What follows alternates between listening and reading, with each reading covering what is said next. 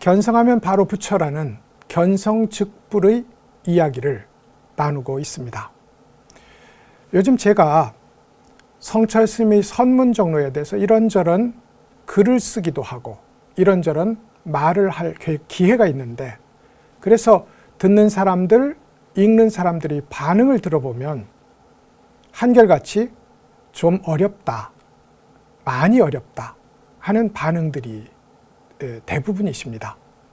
그리고 또 제가 최근에 제 또래의 교수님들과 함께 종교 얘기, 문학 이야기, 철학 이야기를 하는 담론 모임을 갖고 있는데, 거기서도 선문정로의 깨달음에 대한 말씀을 들려드렸더니 좀 많이 어렵다. 어떤 교수님은 이해하려고 억지로 읽다가 머리가 다 빠지는 줄 알았다. 뭐 이런 이야기까지 하시는 것을 들었습니다. 머리 빠지는 거야 세월 탓이겠지만 이해하지 못하겠다는 얘기는 좀 생각을 많이 해봐야 되겠다 하는 생각을 했습니다. 왜 선문정로는 어려운 것일까? 물론 그 선문정로의 메시지를 전달하는 저의 능력 문제하고도 관련이 돼 있겠습니다만, 다시 가만히 생각해 보면 참선이라는 것이 본래 암과 이해의 차원을 벗어나서, 더 정확히 말하자면 암과 이해의 차원을, 그 틀을 부수는 일을 첫 출발로 삼는다. 그런데 그렇게 암과 이해의 틀을 부수는 참선을 다시 이해하고 아는 차원의 틀 속으로 가져오려고 하니 자연히 어려운 것이 아닐까. 그런 의미에서 선에 대한 담론은 어려움을, 그런데 가만히 생각해 보면 선만 이해하기 어려운 것일까? 우리가 먹어보지 않은 음식을 설명만 듣고 이해하기 쉬운 것일까? 가보지 않은 지역을 설명만 듣고 이해할 수 있을까? 해보지 않은 운동을 설명만 듣고 이해할 수 있을까? 그래서 그렇게 생각해 보면 말입니다.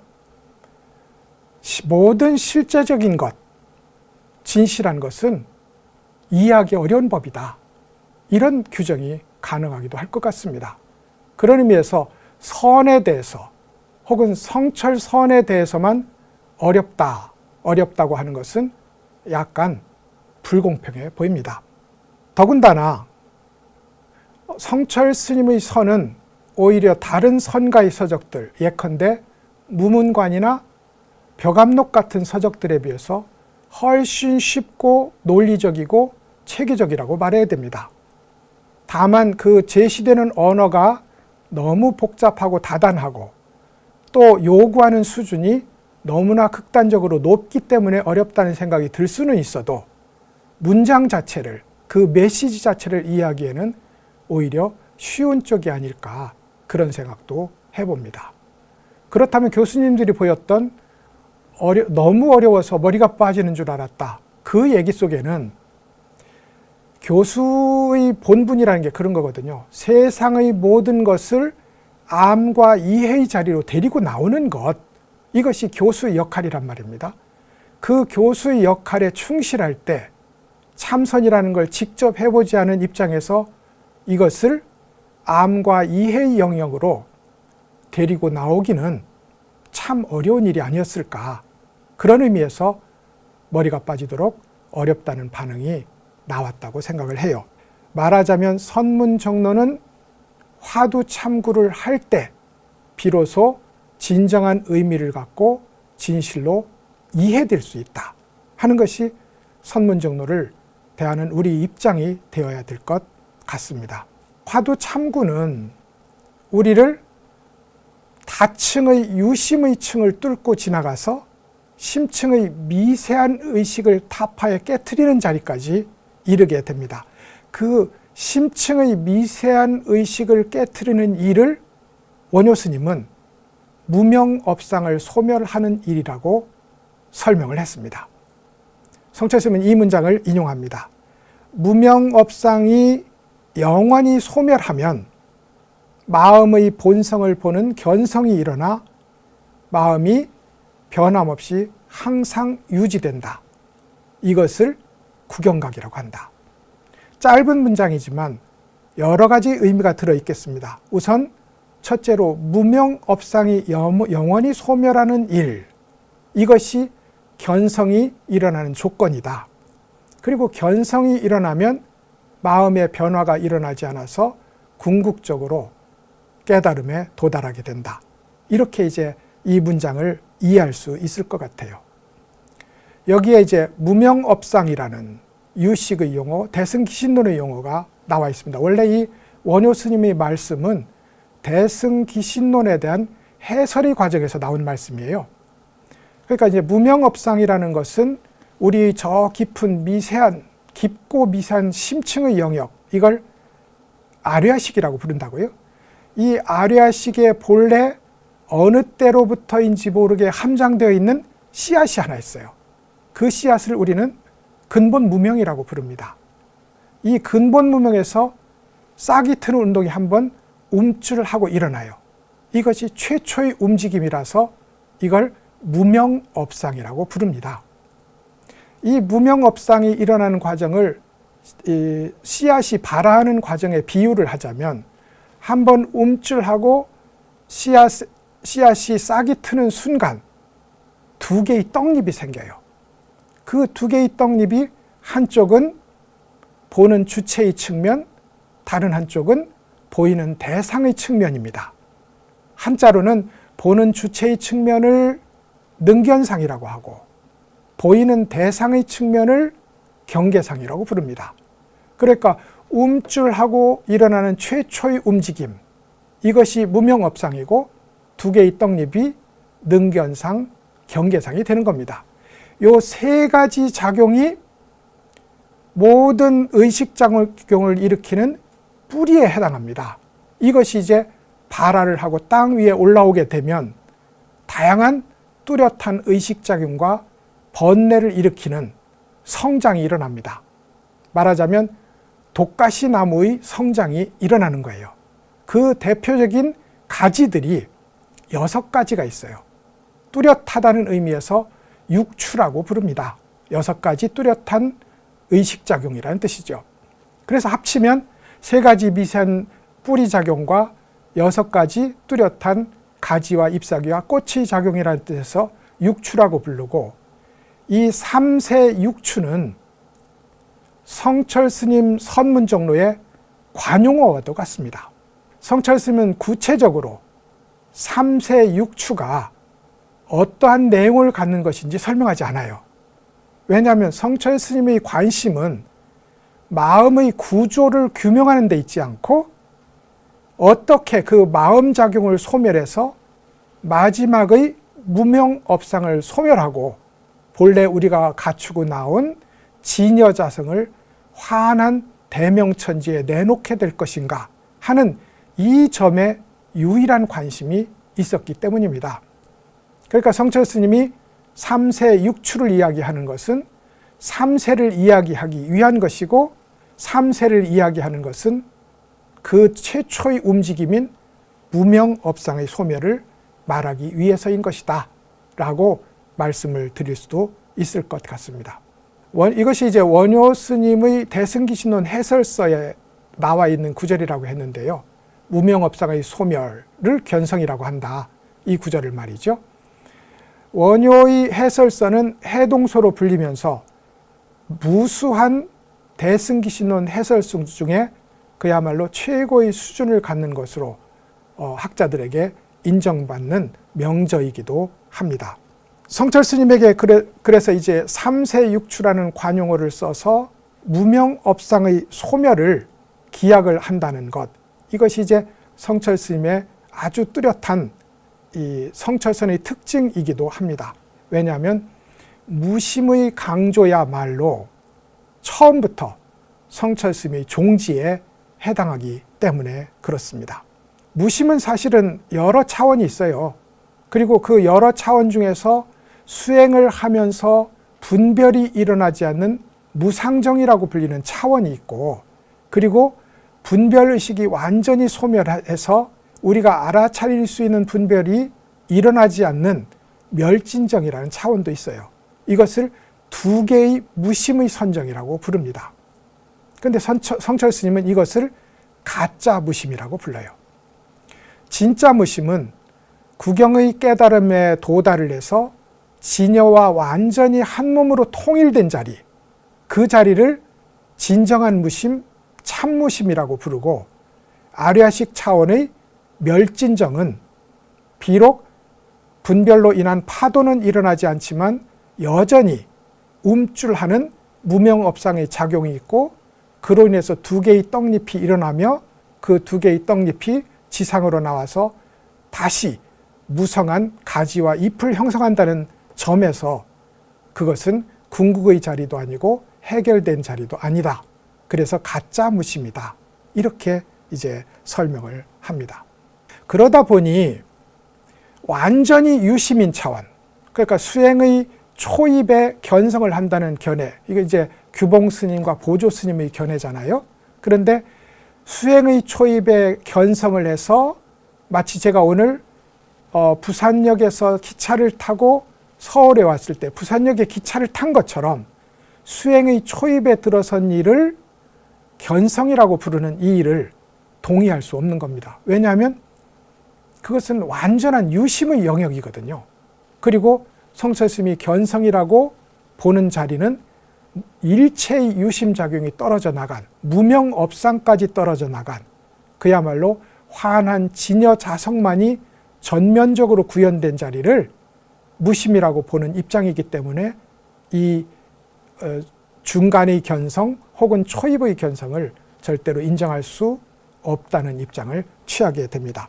그래서 이제 자주 말씀하시는 것이 서울 경부선을 타고 서울을 간다면서 부산역에서 견성을 했다고 하고 서울역에 도착을 했다고 하니 그게 말이 되는가 하는 이야기를 수시로 선문정로나 백일법문에서 하고 있는 것을 보게 됩니다. 이 소위 3세 6추의 마음은 우리는 흔히 세층의 마음이라고도 부르고, 소위 식물에 비교하면 뿌리가 되는 마음, 뿌리에 의지하는 마음, 잎과 가지로 퍼져나가는 마음이라고 형상적으로 표현할 수도 있어요. 무심은 부처의 자리라고 원효 스님과 현수 스님이 얘기했는데, 이 무심의 자리는 가지와 잎사귀는 물론이고 뿌리에 의지하는 마음은 물론이고 마지막 뿌리의 마음까지 모두 잘라내고 끊어낸 자리라야 부처의 자리이고 부처의 마음이다 하는 것이 현수 스님과 원효 스님의 말을 인용하는 성철 스님의 입장이 되겠습니다. 그런데 이제 무심이고 무념이라고 해서 어떤 지각도 없는 것은 아닙니다. 그러니까 거울로 흔히 비유를 하는데요. 거울이 사물을 비추듯 뚜렷하고 분명하게, 제가 말로 하자면 전면적이고 완전하게 인지를 합니다. 다만 모양에 따른 분별과 그 분별에 따른 집착이 없다는 것이지, 거울에 사물이 비쳤을 때 오면 반기고 가면 섭섭해하지는 않잖아요. 그런 의미에서 거울처럼 호 시비를 내리지는 않지만 그럼에도 불구하고 완전하고 전면적인 알미 일어나는 자리가 있다. 그것이 무심이라고 표현을 할 수 있다. 무지각이 아니다 이 말이죠. 이와 관련해서 선문에서는 자주 암자를 태운 노파 이야기를 합니다. 유명한 얘기입니다. 시청자 여러분도 어디선가 들어봤을 얘기일 것 같아요. 열심히 하는 수행자를 봉양하는 한 노파가 있었다는 겁니다. 20년 동안 그렇게 열심히 봉양을 하다가 때가 되었다고 생각을 해서 어여쁜 자기 딸을 들여보내서 스님을 한번 껴안아 봐라. 그리고 나서 이때 스님의 마음은 어떠십니까? 하고 여쭤봐라. 딸이 어머니가 시키는 대로 그렇게 수행을 합니다. 그러자 스님이 답변을 해요. 마른 고목이 찬 바위에 기댄 듯, 추운 한겨울에 한 점의 온기도 없는 듯 어떠한 느낌도 없다. 이렇게 답변을 했어요. 찬 바위에 마른 고목이 기댔으니 마른 고목도 지각이 없고 찬 바위도 지각이 없어서 아무리 기대고 아무리 가까이 해도 어떠한 느낌도 없다는 그런 수행자의 말이었습니다. 노파가 실망해서 암자를 태워버리고 이 수행자를 내쫓았다는 거죠. 후일담이 있어요. 이 스님이 다시 공부를 해서 드디어 밝은 눈을 갖춘 뒤에 다시 노파에게 찾아옵니다. 그러자 노파가 다시 딸을 들여보내서 똑같은 질문을 해요. 그러자 이 스님이 이렇게 말합니다. 하늘도 알고 땅도 알고 나도 알고 너도 안다. 그렇지만 이 얘기를 너희 어머니에게 전해서 알게 해줄 수는 없는 일이다. 이렇게 얘기를 했다고 해요. 혹자는 이 사건을 두고서 이 스님이 본능에 충실한 행위를 했다고 해석을 하는 경우도 있습니다. 그렇지는 않고요. 이 스님이 이야기하는 것은 직접 본 일, 직접 체험한 이 일은 당연히 천지간에 완전하게 노출되어 있으므로 모두가 하늘도 알고 땅도 아는 일이고 체험의 당사자인 나도 알고 너도 아는 일이겠지만 이것은 이해의 차원을 넘어서 저 심층 무의식의 최후의 마지막 움직이는 지점인 무명 없이까지 잘라낸 것이라서 이해의 차원으로 끌고 내려올 수가 없다. 그러니 말을 가지고 이 일을, 이 경험을 번역을 한다면 그 일은 완전한 오역이 될 수밖에 없다. 그러므로 너희 어머니에게 말로 전해서 알려줄 수 없다.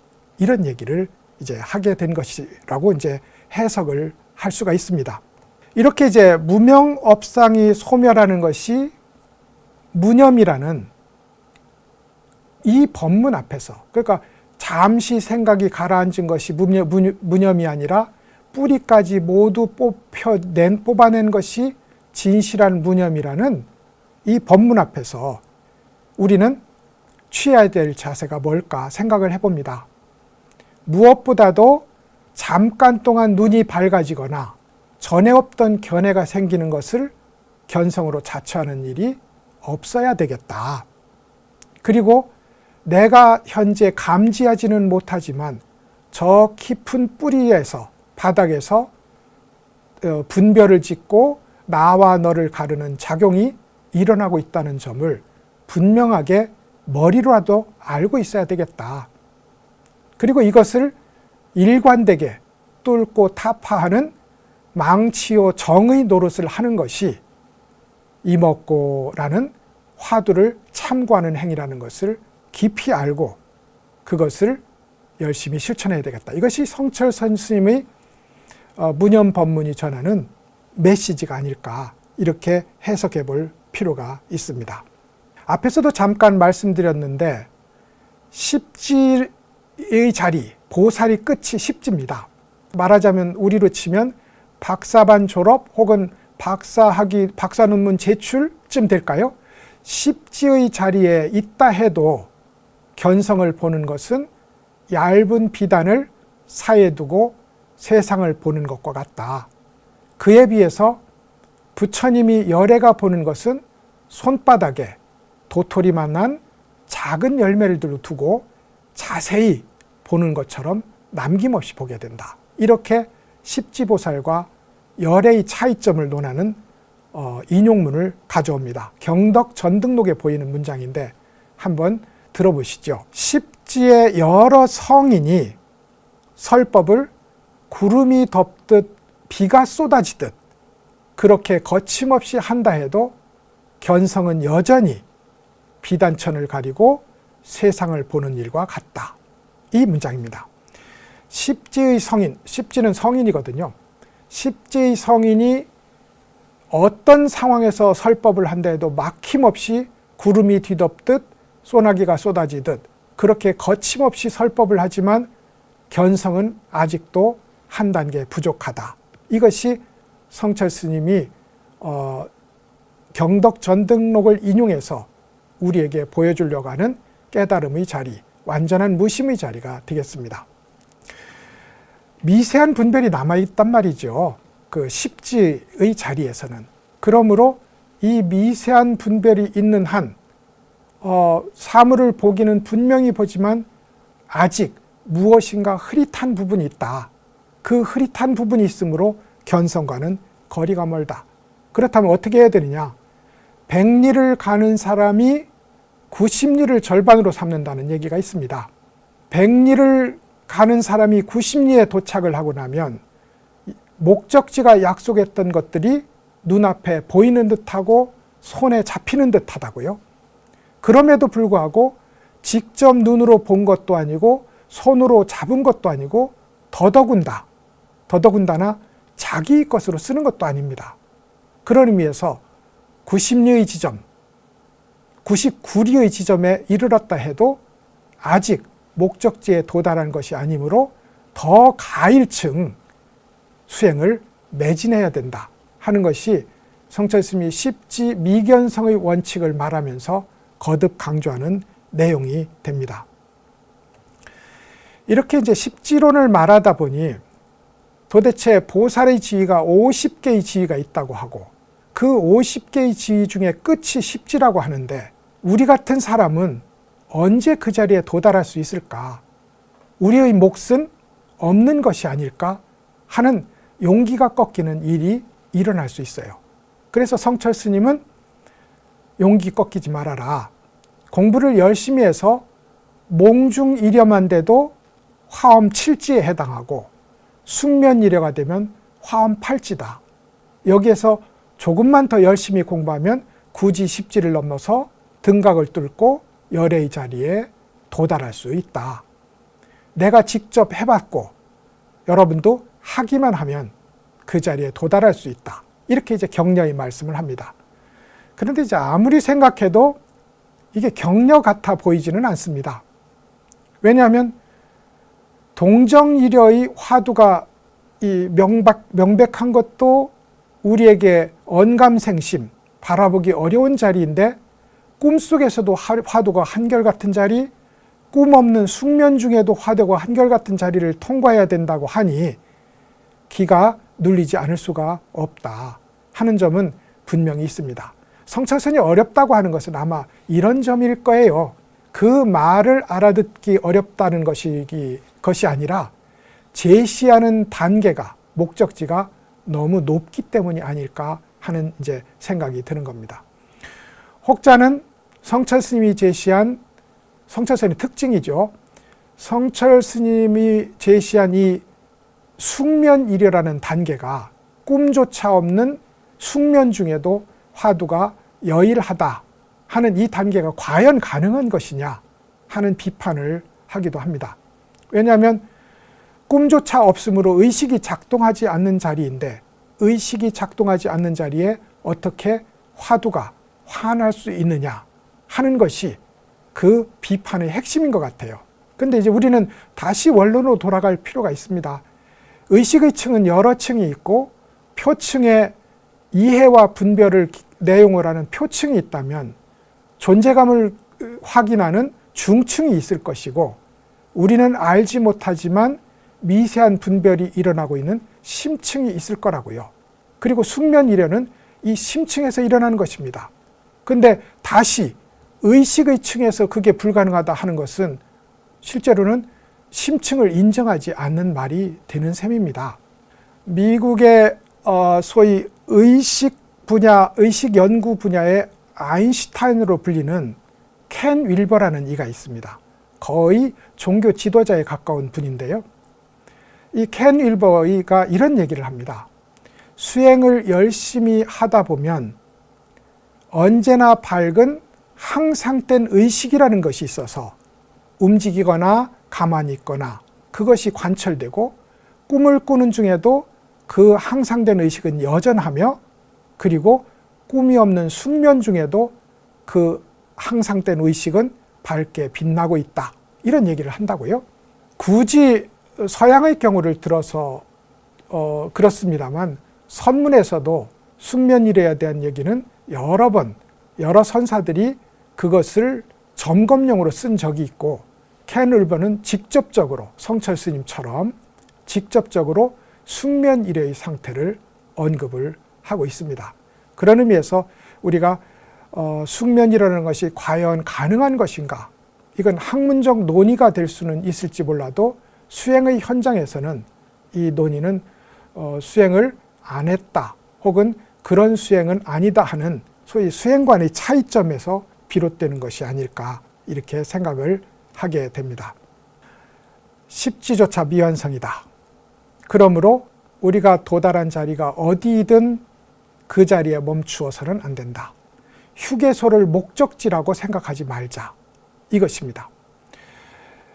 이런 차원에서 소승경전이기는 합니다만 장아함경이라는 경전에 하나의 비유담이 전합니다. 두 명의 친구가 있었어요. 근데 이 한 명은 좀 어리석은 바보였고 다른 한 사람은 총명한 사람이었어요. 둘이 짝이 되어서 외지로 돈을 벌러 나갑니다. 어느 한 마을에 이르러서 그야말로 천을 만드는 삼대가 지천인 것을 발견하게 됩니다.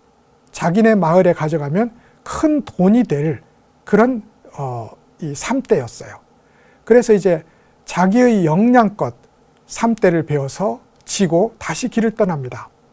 다음 마을에 이르니 삼대를 껍질을 벗겨서 가공한 삼실이 산더미처럼 쌓여있는 그런 마을을 발견하게 되었어요. 그러자 이 총명한 친구는 삼대에 비해서 삼실의 가치가 10배, 100배도 더 나가니 삼대를 버리고 삼실을 짊어지고 가자. 그러자 어리석은 친구가 이렇게 말합니다. 이제까지 지고 온 공이 아까워서라도 이 삼대를 버릴 수가 없다. 그리고는 그 뒤로 황동을 만나고 순은을 만나고 그리고 황금이 있는 지대를 만나게 됩니다. 그때마다 지혜로운 사람은 지고 있던 짐을 버리고 더 가치 있는 것을 바꿔지게 됩니다. 고향에 돌아왔을 때 어떻겠습니까? 황금을 지고 온 사람은 박수갈채를 받았을 것이고 삼대를 그냥 지고 온 사람은 비웃음을 받았을 거라고요. 그런 의미에서 성철 스님은 십지 등각의 미견성 원칙을 말하면서 우리가 성취한, 등에 지고 있는 거죠. 우리가 성취한 그것을 아낌없이 내려놓을 때 비로소 진정으로 가치 있는 것을 나의 것으로 짊어질 수 있다는 그런 이미지를, 그런 메시지를 여기서 이제 담고자 했던 것으로 보입니다. 이와 짝이 되는 또 하나의 에피소드가 있어요. 장아함경이라는 것은 교학이잖아요. 그러니까 교학에서는 성철 스님과 같이 지휘론을 이해하지 않습니다. 교학의 지휘론은 다음의 계단으로 넘어가려면 지금의 계단을 디딤돌 삼아야 된다는 입장을 뚜렷이합니다. 그래서 이렇게 버리기만 하는 일을 가지고는 교학의 지휘론을 설명하기 어렵습니다. 그래서 이와 짝이 되는 얘기를 하나 더 내놓습니다. 두 상단이 있었습니다. 지도자도 있었겠지요. 그런데 돈을 벌기 위해서 사막을 가로질러서 다른 지역에 가서 이제 귀한 물건을 사다가 장사를 하는 참입니다. 그런데 사막을 가로질러 가는 중에 곡식이 떨어지고 말과 낙타에게 줄 사료가 떨어지게 되었어요. 그래서 다급한 마음으로 초조해하고 있는데 목적지 쪽에서 다가오는 한 나그네가 있었습니다. 이 나그네에게 물었던 거죠. 저 앞쪽에 어디쯤에 풀이 있고 먹을 것이 있고 물이 있는 곳, 오아시스가 있을까요? 그러자 바로 얼마 가지 않으면 오아시스가 나타날 겁니다. 라고 이야기를 해요. 그러자 이 상단의 지도자는 가지고 있던 사료와 양식을 버리고 짐을 가볍게 한 뒤에 사막을 향해서 열심히 걸어갑니다. 하루, 이틀, 사흘. 날이 계속 지나도 약속된 오아시스는 나타나지 않는 거예요. 그래서 결과적으로 사막에서 굶어 죽게 됩니다. 뒤의 상단에도 똑같은 일이 일어납니다. 나그네를 만나게 되고 앞에 오아시스가 있느냐고 물었더니 멀지 않은 곳에 오아시스가 있다. 물이 넘치고 풀이 넘치고 양식이 넘친다. 그렇지만 이 상단의 지도자는 가지고 있던 양식을 아껴 먹어가면서 버리지 않고요. 아껴 먹어가면서 사막을 건너갑니다. 하루, 이틀, 사흘. 날짜가 계속되어도 오아시스는 나오지 않았지만 그래도 양식을 아껴 먹은 덕분에 굶어 죽지 않고 마침내 목적지에 도달할 수 있었다. 이것이 3대를 짊어진 비유담의 짝이 되는 이야기입니다. 말하자면 새로운 경계가 나타나면 지난 경계를 내려놔야 되는 것이지만 새로운 차원이 나타나기 전까지는 지금의 주제, 지금의 공부를 놓지 않고 계속 유지해야 된다. 이것이 지금 말씀드린 오아시스 비유담이 가리키는 내용일 겁니다. 성철 스님에게는 어림도 없는 거죠. 왜냐하면 성철 스님에게 지휘론은, 성철 스님도 천태나 화엄의 지휘론을 적극 활용합니다. 그러니까 몽중일여가 되면 화엄 7지요, 숙면일여가 되면 화엄 8지라고 직접 이야기를 했거든요. 그럼에도 불구하고 성철 스님의 지휘론은 버리기 위한 지휘론이고 단절하기 위한 지휘론입니다. 지금 당신이 무엇인가를 성취하고 어딘가에 도달했다면 아낌없이 그것을 내려놓고 끊어내라. 그리고 다시 이것이 무엇인고 하고 무심으로 안내하고 새로운 밝은 눈뜸으로 이끄는 화두참구에 매진해라. 이것이 성철설의 주된 원칙에 해당합니다. 이에 비해서 교학은 지금 도달한 자리를 충분히 성숙시킨 다음에 그 다음의 자리가 나타난다는 거거든요. 그런 의미에서 지금의 지위를 건너뛰고 전혀 엉뚱한 자리에 도달할 수 없다는 소위 엄밀한 지휘론, 계승하고 바톤 터치하는 지휘론을 주장합니다. 그러니까 똑같이 지휘론을 말해도 교학의 지휘론과 성철 스님의 지휘론은 전혀 다른 입장에 있는 거죠. 십지보살 미견성의 원칙, 등각보살 미견성의 원칙을 이야기를 했는데 실제로 아랴식의 명칭이 등각에 이르기까지는 이숙식입니다. 이숙식이라는 건 다르게 익은 결과가 나타난다는 뜻인데 업의 바탕에서 다양한 결과가 나타나는 중생의 차원을 이끄는 이 식이 이숙식입니다. 그런데 등각을 넘어서 묘각 열애의 자리로 들어가면 이숙식의 이름이 바뀌어요. 때가 없는 의식이라는 의미에서 무구식이라는 이름으로 바뀌게 됩니다. 이숙식은 어떻게 보아도 유심이고 무구식이야말로 진정한 무심이다. 이렇게 규정할 수 있는 것은 비단 성철 스님의 주장이 아니라 일반적인 교학의 주장이기도 할 겁니다. 그런 의미에서 십지는 물론 등각까지도 유심의 차원이므로 망상이 남아있는 차원이므로 아직 열애와는 차이가 많이 있다. 견성과는 차이가 아직 많이 있다는 논리가 성립을 하게 되는 겁니다. 어쩌면 성철 스님의 이 모든 가르침은 버리고 끊고 끊어라 라는 말로 정리될 수 있을 것 같아요. 그런 의미에서 선종에서 흔히 한자 말을 써서 방하착, 집착을 내려놓아라 하는 말의 충실한 실천 과정 속에 있다고 이야기를 할 수 있을 것 같습니다. 그러다 보니 이제 이렇게 묻는 사람도 있습니다. 알겠습니다. 십지도 아직 견성과 거리가 멀었고, 견성은 선종의 참선의 궁극적 도달점이라고요.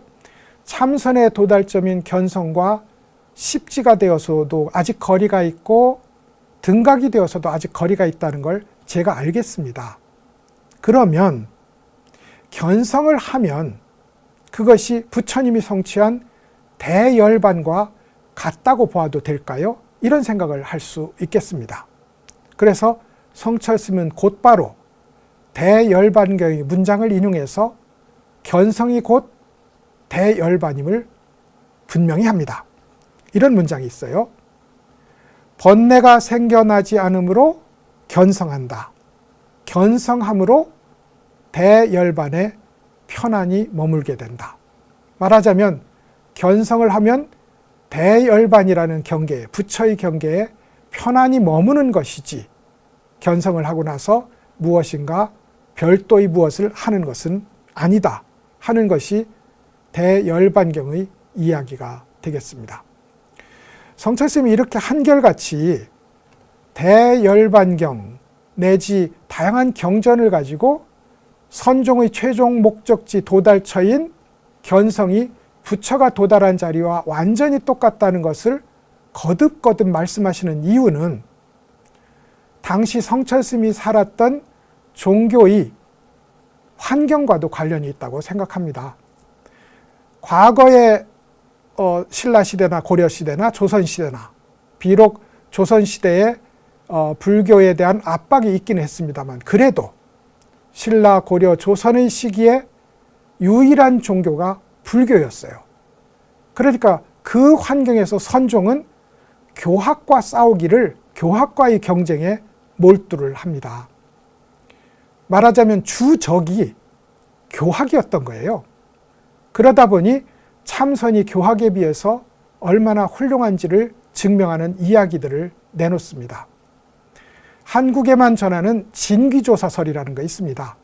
부처님이 보리수 아래서 깨닫고 나서 그 깨달음이 아직 완전하지 못한 상태였습니다. 진귀조사설에 의하면요. 그래서 진귀조사를 찾아가서 마지막 점검을 받고 깨달음을 완전히 한 뒤에 부처로서의 생애를 시작하게 되었다. 이것이 진귀조사설이에요.